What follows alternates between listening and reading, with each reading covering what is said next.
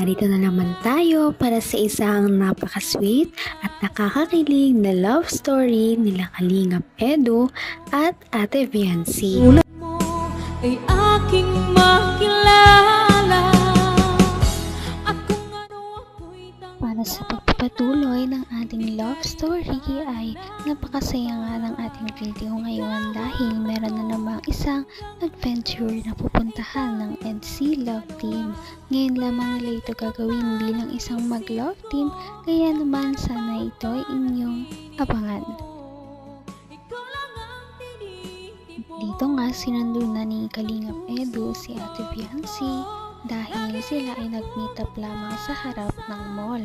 At pagkakita nga ni Kalingap Edu kay Ate Viancy ay sobrang nabighani talaga siya sa kagandahan nito. Talagang nakaporma siya ngayon at kitang-kita naman na kahit simple lamang ang kanyang pananamit, sobrang ganda pa rin talaga ni Ate Viancy. Kaya ano kaya ang mangyayari sa kanilang amusement park date?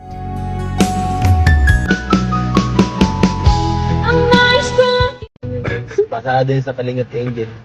Palipat na ako ba sa upuan?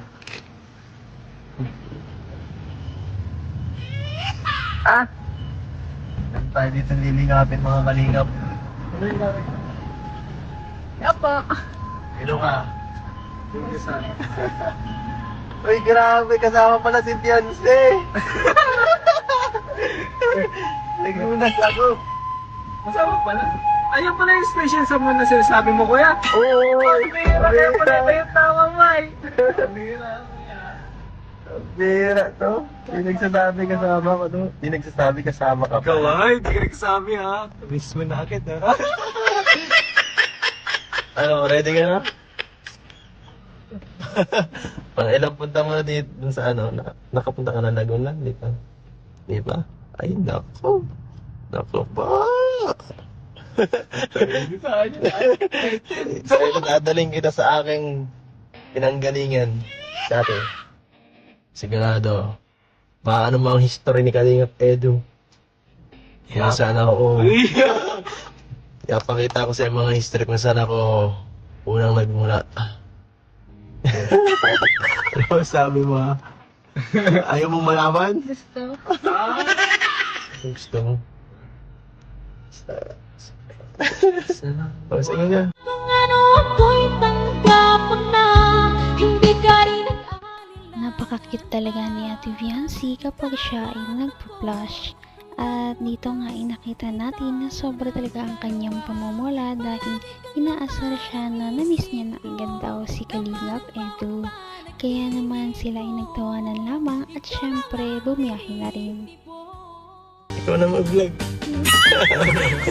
Tara na. Sunday na natin yung si Dr. Love. So, ayan guys. Ito na ang grupo namin. May nakakilala pa kay Dr. Love, oh. Huh? Kilala yata tayo nito. So, ayan guys. First stopover namin dito. Kasama natin. Ito po, itong batang to. Oy. Gutom na yata ito eh. Gutom na yung alaga mo, Dok. Gutom na. Gutom na. Wala agahan, wala na halian, wala kapunan. Wala lahat. Ano yan? Lahat. May mapapicture daw sa'yo. Meron daw meron daw. Hinanap niyo yung poging Kalingap Edu. Hello po. Kalingap Edu daw po, pogi. Malabas na lang po kami. Ayan guys, first stopover namin. Bilang ano. Jollibee na daw, gutom na. Sarap pagbiyahe namin, hindi kami natatok. Ha? Libre na daw to ni ano eh. Libre ni Beyonce. Uy, gawin, libre mo. Libre na. Ninang. Pasko ba galing? At malayo-layo pa tayo, siguro mga 5 hours pa tayo. Nandun na tayo sa destination, 5 hours pa. Ano, baka nagsisisi ka na. Hindi naman. Bakit mo naisipang sumama sa akin yan? Ha? Papantayan kita. Naman ang bawat panaginip ko, ikaw lang ang Alagang-alaga talaga ng buong Kalingap team si Ate Viancy, kaya naman sobrang swerte niya talaga na na-discover siya ng mga ito. Ngayon ay talaga namang tinitrato siya ng tama at palagi siyang iniingatan ng Kalingap team dahil nga kabilang siya sa Kalingap Angels. Baka nagsisisi ka na. Hindi naman. Bakit mo naisipang sumama sa akin ngayon? Ha? Babantayan ka. Babatiin ako? Ay, grabe ka. Joke na harot, ha? Joke lang. So, ayun po. Makain muna kami kasi gutom na eh. Gutom na daw siya. Gutom ka na? Mahilig po yan sa Jollibee. Opo, paborito niya yan eh. Kaya dito po kami nag-stop over. Actually po, kasabayan na sana namin sila Kuya Bal. Di ko alam kung nasa na sila. Kasabayan dapat namin. Baka nauna na sila. Sana magkakita kami. Susunod na stopover. Tara po, kain na tayo. Let's go! Ayun po, ilang oras na lang po. Siguro mga 4 na oras na lang. Or 3. Nandun na kami sa destination. At ito guys, pagod na ang iba nating mga kasamahan. Tulog na yung iba guys. Silensi lang. Wala po, joke lang. Tulog na yung iba guys. Joke po, si Blackjack. Ano Jay? Okay lang dyan? Ha? Okay lang. Kanina naglip ang konti, bigat sa mata. Kalyada. Tara guys, gisingin na lang natin mamaya. Hanggang wakas ay tayo ng dalawa. Palagi kang naman ang isip ko. Hindi lamang si Kalingap Edu ang bumabanat sa kanilang love team. Ngayon ay natututo na rin talaga si Fiancé na bumanat na rin kay Kalingap Edu dahil sinabi niya na kaya lamang daw siya sumama sa outing na yun dahil para bantayan si Kalingap Edu. Diyan, kinilig naman si Kalingap. Ang mga kinidnap ni Dr. Love. Safe naman po kami, no? At ito po, gabi na. Nakarating din kami sa aming destination after 10 hours ng biyahe. Tagal ano, bro? Isang araw. Isang araw. Kala ko mabilis lang din eh. So, Boring na po yung nasa likod. boring ka na? Naglulula na po ang Blackjack. Hindi pa Ay, po. Wesley, Black Lady. Ikaw, ha? Kumusta ka?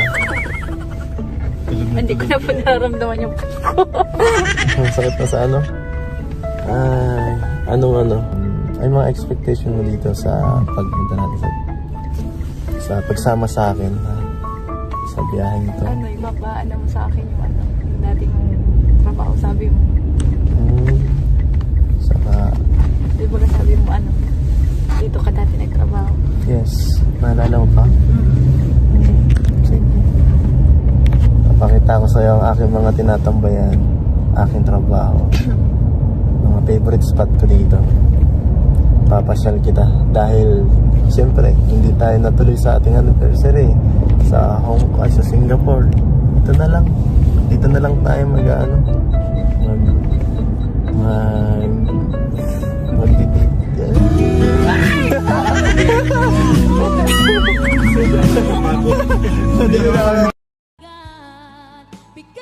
Napakahaba talaga ng binyahe ng Kalingap team para lang makapunta sa kanilang pupuntahan. Kaya naman ito ay siguro magiging worth it talaga dahil sa ganda ng kanilang pupuntahan. Kaya yan ang inyong aabangan sa aming susunod na mga video. Marami pa ang mga kilig moments na mangyayari.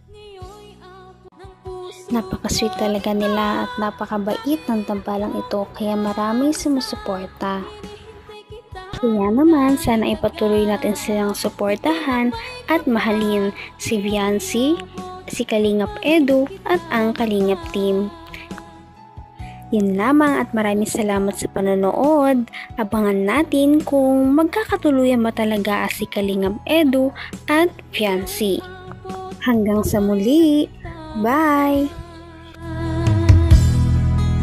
Ngayon'y abot